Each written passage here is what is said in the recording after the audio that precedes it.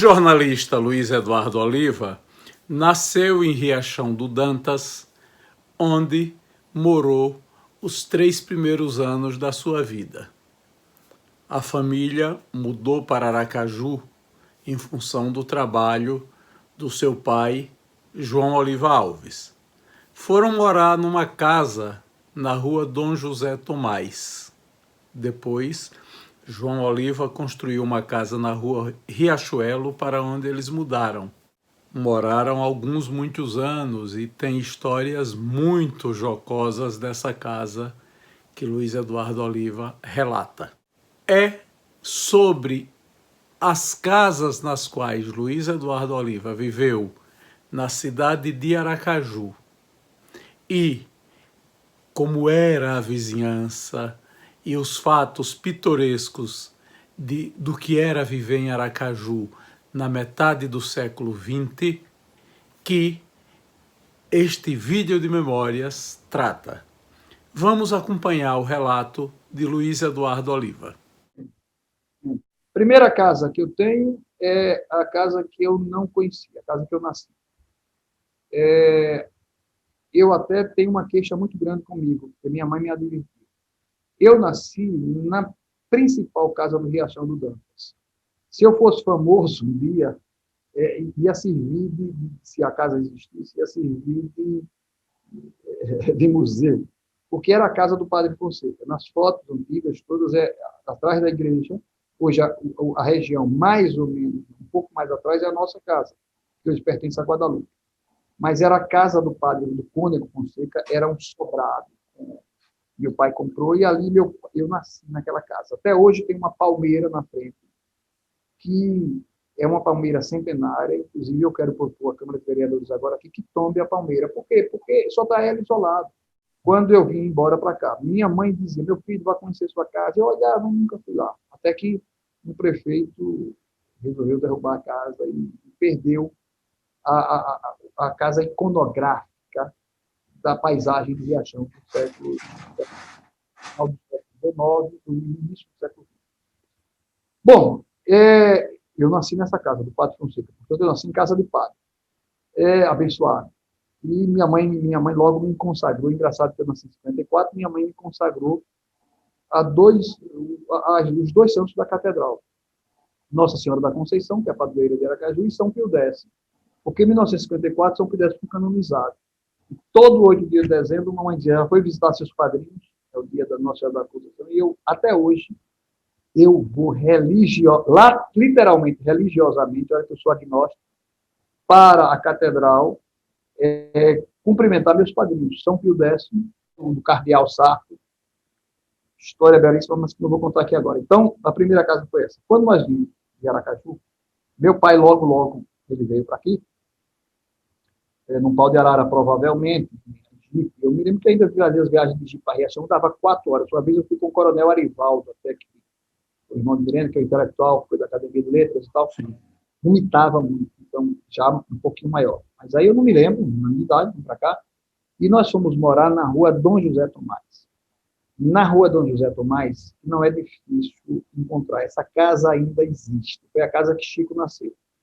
Ali na esquina, com Riachuelo, com Dom José Tomás, do lado esquerdo, se você for em direção à praia, do lado esquerdo, você tem o Arquidiocesano, ali. Do lado direito, você dobrando, que lá adiante é que vai ser Vila Cristina, do lado direito é Dom José Tomás ainda. Quando você dobra ali, tem umas casinhas, tem uma agora que vende coco, ali na esquina. Uma casa estreitinha, meu pai foi morar ali. Ali foi onde meu pai morou. Logo que meu pai chegou para morar ali, ele alugou aquela casa e comprou um terreno na rua Riachuelo 609. Essa rua Riachuelo 609 fica entre... Ali é mágico. Eu ainda preciso escrever sobre aquilo. Por quê? Porque entre uma e outra, entre Itabaiana e Santa Luzia, naquele quadrilátero, as coisas mais fantásticas aconteciam. Entre na rua de Itabaiana, entre Itabaiana e Senador Hollenberg, ali, naquelas casas, morava Zé Amado Nascimento. Zé Amado e outras figuras. Aninha Franco, aquele povo tal. mas sobre tudo. Do outro lado tinha o povo da Energia, Telegipe, antes da Telegipe, que hoje é o Dono Ciano. Então, ali tinha Zé Amado. Meu pai era o único que tinha telefone ali, que era o 3416. Zé Amado vinha de Tamanco e Terno. Zé Amado, que era amigo do papai, vinha de Tamanco e Terno, atendeu as ligações. Era tão grande que quando o telefone tocava, meu pai dizia, vai chamar Zé Amado. Eu caminhava o trecho todo, que meu pai era mais para cá, caminhava o trecho todo para encontrar Zé Amado. Zé Amado vinha e o sujeito esperando um telefone. Na esquina tinha Seu Vade, que era um homem que era que nem um corcunda de Notre Dame, ele tinha uma juba nas costas. Seu Vade e Dona Edith, quando a gente veio morar na Rua 609. Só deu tempo de Chico nascer. Almiro já nasce cá. Almiro nasce, Chico nasce em 56, Almiro nasce em 57. E aí, é interessante só para você gravar, porque isso tem uma história bacana, porque tinha Zé Amado, Seu Vade fazia as bandeirolas, inaugurava, ele tinha o maior orgulho daquela rua, porque naquela rua tinha João Oliva, tinha não sei quem, tinha o DNPVN ali, tinha Zé Leite lá adiante, Zé Leite, tinha um povo da Fortaleza do Riachão, vizinho aquelas 3 casas, Zé Leite. Coincidentemente, minha mulher é sobrinha neta da viúva de Zé Leite. Da viúva não, já faleceu, da mulher de Zé Leite. Irmã de Zeca Mesquita, o avô de Mônica. Então, aí ali você tinha Seu Vade. Mais embaixo do Seu Vade, tinha a mãe de Dr. Benjamin, que era médico, e também, eu acho que ela era mãe do pai de João Fontes, de Simpliciano. Mais embaixo, vinha descendo, criaram primeiro, a primeira, que a gente chamava o prédio, o edifício, que era não sei o que lá, Aguiar. Tinha Robertão na esquina, que você conheceu o Roberto. Roberto fumava, era gente pra cacete, foi professor, que a gente chamava Robertão. Você conheceu o Robertão? Do outro lado da rua, tinha, na esquina, seu Manuel Curumba. Chegou de Maruim, pai de Antônio Curumba, da Curumba, dos Curumba todos, do Áurea Curumba, aquele povo todo, figuraça. Grandes amigos, eram 7, eram 10. Do ponto de vista biológico, igual lá em casa aos inversos. 3 mulheres e 7 homens. Cá em casa era 7 mulheres e 3 homens. Se casasse todo mundo, era uma festa. E um pouco mais embaixo, vinha Rosa, que foi professora do Ateneu, casada com Bal, casou com o irmão. O filho dela uma das filhas dela veio ser a sogra de minha sobrinha, Tárcia. Lá adiante tinha Dona Ieda, ainda do lado esquerdo, Dona Ieda, o marido dela era dono da Saboaria Aurora, morreu num acidente de automóvel, e ela era a grande modista. Na minha infância, eu adorava quando tinha concurso de Miss, porque vinha aquelas eu via xeretar que iam fazer os vestidos. Ali ela era da burguesia, mas tinha também Madame Dona Tecla, que até digo Dona Tecla, que era mãe de Teresa Virgínia. Descendo tinha a professora Cacilda, parecia uma lei de Hollywood. Conheceu a Cacilda? Eu tinha a Dona Miralda, eu escrevi recentemente um artigo, os urubus nos quintais da Dona Miralda. Carlinhos, que morava em seguida, e depois Fernando Nunes, Dona Rina, casal maravilhoso. Nós estamos assim, com os filhos dele, é como se fossem irmãos. Brigavam virado na peste, mas quando chegava às 7 horas da noite, o comento parava, o direito saiu para andar na rua da frente. Toda a Rina sempre cantando, etc. Doutor Fernando, a maior inteligência que eu conheci. Era um homem que não produziu, mas todos os livros, embarei todo mundo daquela época, ele estava lá como informante. Era o sujeito que informava a todas as pessoas. Eles eram muito amigos de Fernando. Meu Deus, Fernando, o grande historiador do Sergipe, Fernando, o grande historiador de Aracaju, melhor dizendo. Fernando. Você conheceu o doutor Fernando Nunes. Muito. Viajei com ele para a Europa. Me lembro dele quando chegou em Toledo, ele parece que estava vivendo, nunca mais vou ver. E eu tive uma delícia de passar um mês na Europa, doutor Fernando Nunes. Viajando de ônibus, etc. Caga-raivas, brigas, etc. Dona Rina maravilhosa, sabe? Anitta, Fernanda, etc. Então tinha isso. Ali em seguida tinha um terreno baldio, que virou a casa de Alexandre Liniz, e que tinha um grande campinho do Vitória, que era o time nosso de futebol, o time vencedor, e eu era o artilheiro do Vitória. Logo depois tinha a casa do Dr. Betinho.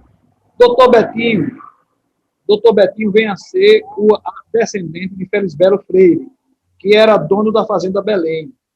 E ele morava nos Estados Unidos. Ana, que casou com o Dedé, meu primo, maluco Dedé Urubu, Dedé, que você lembra do Dedé, e foi o casamento mais belo que eu já vi na Fazenda Belém.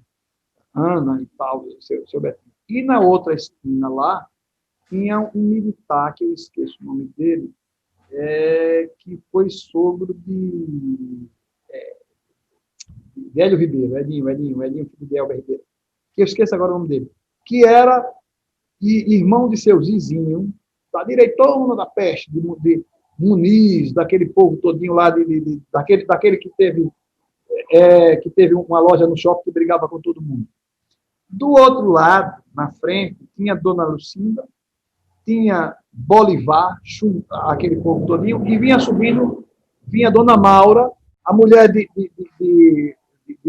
Araújo, Jaime Araújo, de Jaime, Maria Maura, Ivone, a mulher que era a mulher de seu Bilu, do Riachão, que tinha alguma amante, minha prima, que meus dois era, deu meus dois sobrinhos, Garialdinho, ela é a amante dele, da minha prima. Vizinho dela tinha Dona Lucinda. Dona Lucinda jogava bilcos, tinha aquele negócio que diziam que foi amante de Mayna Gomes. Você veja que maravilha era aquela rua. Depois de Dona Lucinda, amante, ela morava sozinha. A gente ficava no muro da casa dela cantando, ela com raiva jogava um pinico de mijo, guardava um mijo para ninguém sentar no muro dela. Depois dela vinha a Dona Filomena. Dona Filomena era figura, casada com seu Wagner, e teve um filho que era José Wittenberg.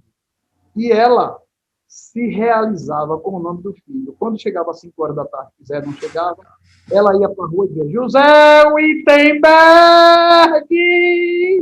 Pronunciar o Wittenberg para ela era o máximo. O marido dela, seu Wagner, vivia bebinho, vencia.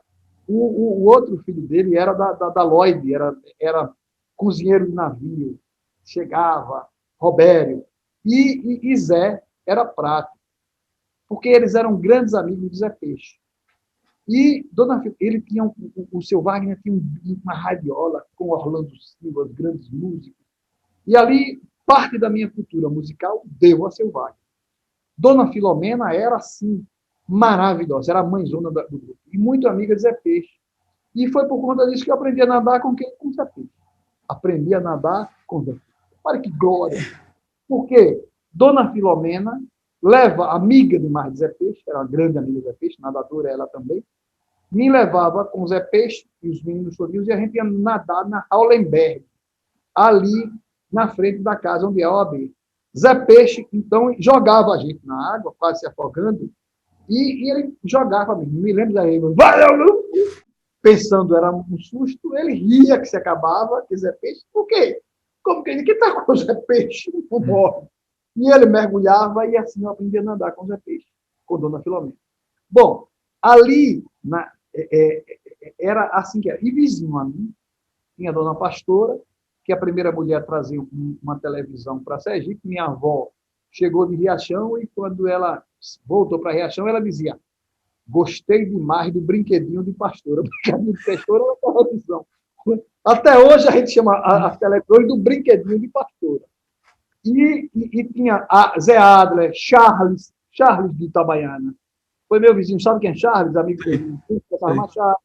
Adler, Zé Clay, aquele povo todinho. Jesualdo, tinha um outro pessoal, morava um vizinho na casa. E mais adiante tinha a casa de seu Pacheco e dona não sei quem, que eles foram os primeiros a soltar balões. Eu ainda alcancei, Jorge, os balões mesmo. E eu admirava. Eu, garoto, eu pensava que o balão era pequeno, era enorme aqueles balões, e os balões subiam, de fato. Tinha um cara da boleia, etc. Então, minha infância ali foi uma infância maravilhosa, vendo a inauguração de Godofredo Diniz, aquilo tudo. E ali chegava Dom Luciano, ali chegava Cabral Machado, ali chegava Silvério Conte, ali chegava Luiz Rabelo, chegava Celso de Carvalho, todo mundo ia visitar papai. Então, eu tive uma infância. Uma vez você disse: eu não sou Oliva, mas papai era um homem pobre, mas ele foi um homem que autodidata, só com primário, mas que conseguiu impor pela inteligência dele a grandeza dos grandes, Sérgio, inegavelmente. Papai, então, todo mundo reverenciava ele e ele nem dotava na minha casa. E eu me lembro desse povo todo na minha casa. Eles iam, frequentavam a minha casa. Então, eu fui um homem.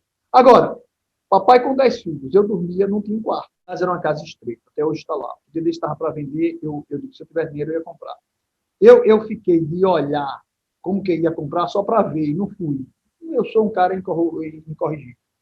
Quando essa casa, que era uma casa relativamente, está lá, vocês vão do mesmo jeito. Ela tinha um primeiro quarto na frente, que nasceu Almiro, me lembro bem, tinha o segundo, que era o quarto do papai e mamãe, que era o único que tinha mosquiteiro. A primeira, ele tinha um corredor e 2 quartos contíguos. Além dos 2 quartos, 3, 1, 2, 3. Aí tinha a outra sala, que era a sala de janta, a cozinha e o quintal, era só isso. O quintal grande.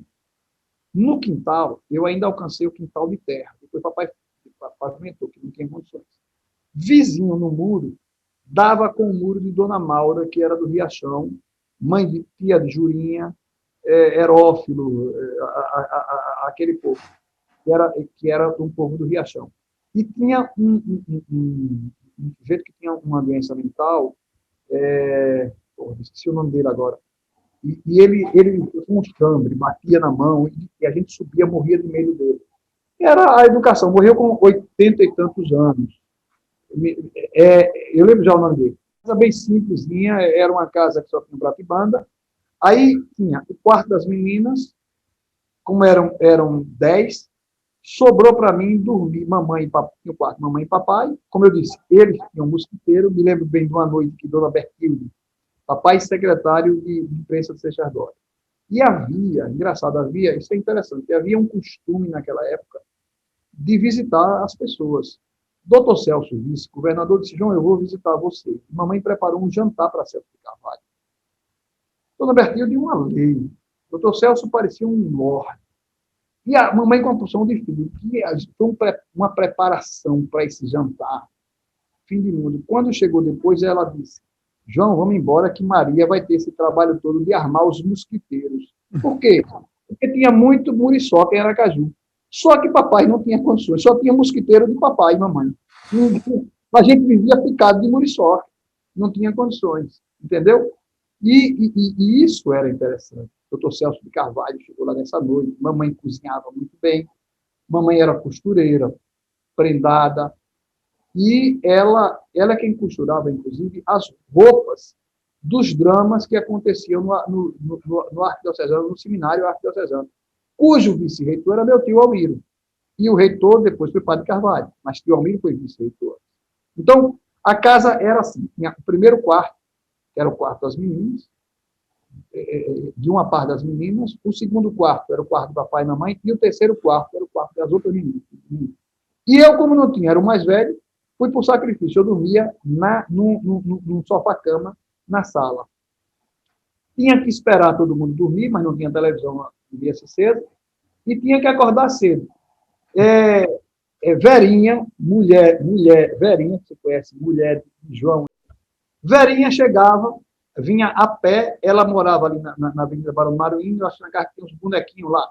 Ela vinha a pé, que a gente não tinha carro naquela época, ela vinha a pé para ir para a produção. Quando chegava ali, Terezinha! Eu dava um salto de lençol e tudo, e corria para a primeira cama que tivesse vazia. Normalmente era de Terezinha. E eu corria porque eu estava dormindo, minha aula era de tarde, e meu sono todas as manhãs eram interrompidas com a voz de Verinha, chamando Terezinha para ir para a faculdade. Então, era assim que era a casa. E lá no fundo, era interessante, começou a confeiteira, um tal de chão. Tinha me lembro também, porque tinha uma fossa, que a questão sanitária em Sergipe não era, tinha de vez em quando, tinham que limpar aquelas fossas, era um horror. Quando abria aquelas fossas, vinha aqueles homens com aquelas botas, aquelas coisas todinhas, e tinha que passar com aquelas o fogão era querosene. Quando era querosene, chegava o carro do querosene, que era Jacaré. Não sei se você lembra, era um carro com um burro escrito Jacaré.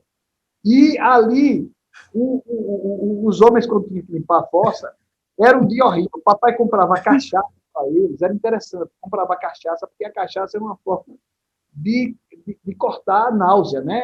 Aquela merda todinha. E eles ficavam passando e ficavam pingando aqueles baldes, pingando até botar. E a gente estava tudo curioso para ver aqueles homens limpar a fossa. Quando abria a fossa, aquelas camisinhas não se decompunham. Eu nunca me esqueci disso. E então era assim. Agora o quintal, Chico gostava de brincar de lama com os carros que tinha. Papai depois construiu uma coisa no fundo. Tem até quando ele construiu, tem até uma foto minha pequena com meus tios de São Paulo que vieram para aqui, e um urinó no canto, porque a gente tinha os urinós mesmo, sabe? Então, a casa era assim. E na cozinha, era uma cozinha grande, onde o papai cozinhava, também tinha a mesa grande do almoço, e do jantar, nós não tínhamos jantar, era café. Nós chamava-se o café. Cuscuz, yame, quem café. Meio-dia o almoço, e papai ficava na cabeceira. Todos os dias era o horário do informativo cinzano. Quando ele sentava, papai, antes do café, ele chegava ele tomava uma cachaçinha. Papai não era muito bebê, mas gostava.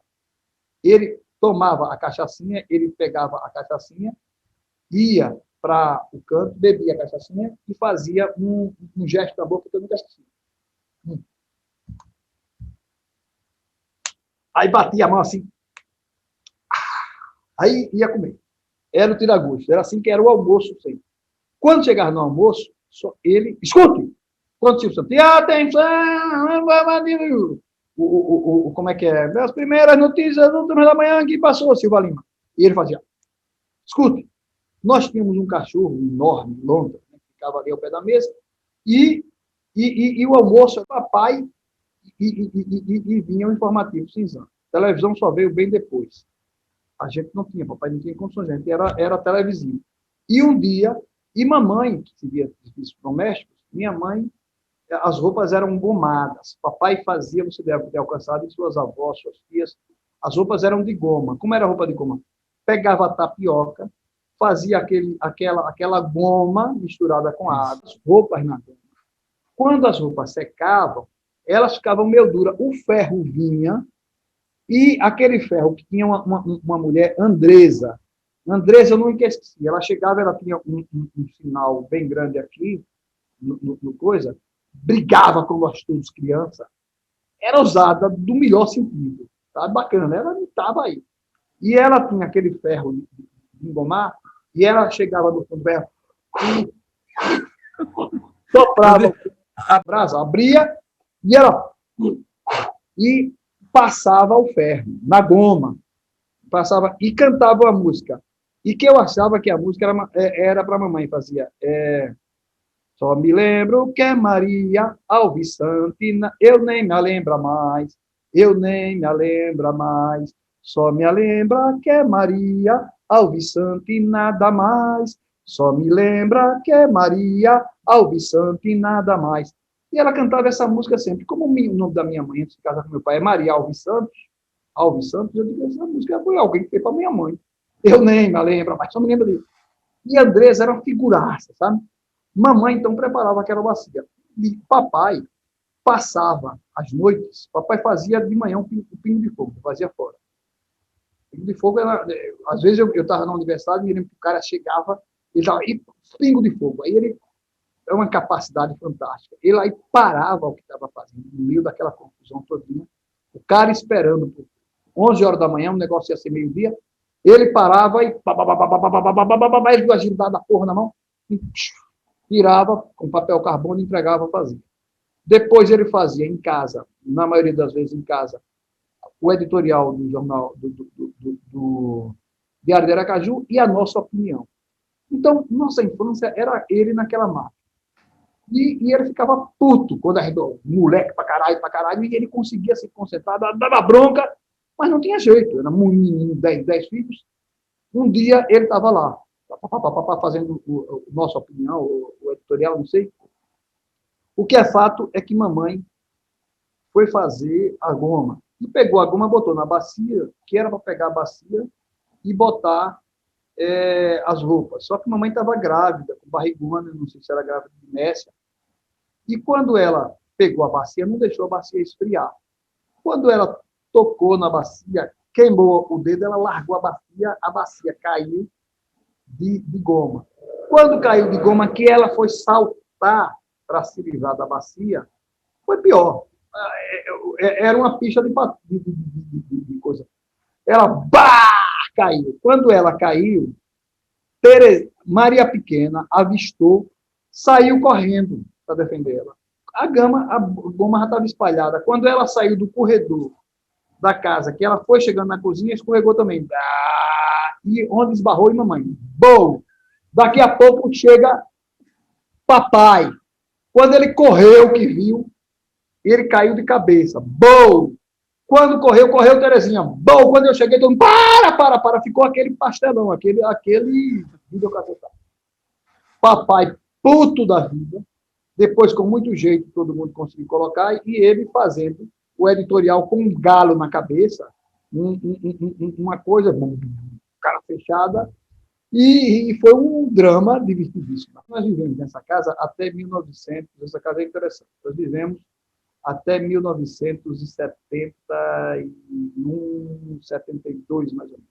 갑자기 내게 나타나준 너, 난 아무 말도 할 수가 없었지. 첫눈에 반한다는 이야기가 널 보는 순간 이해가 됐어. 매번 야야야야야 불러 널 야야야야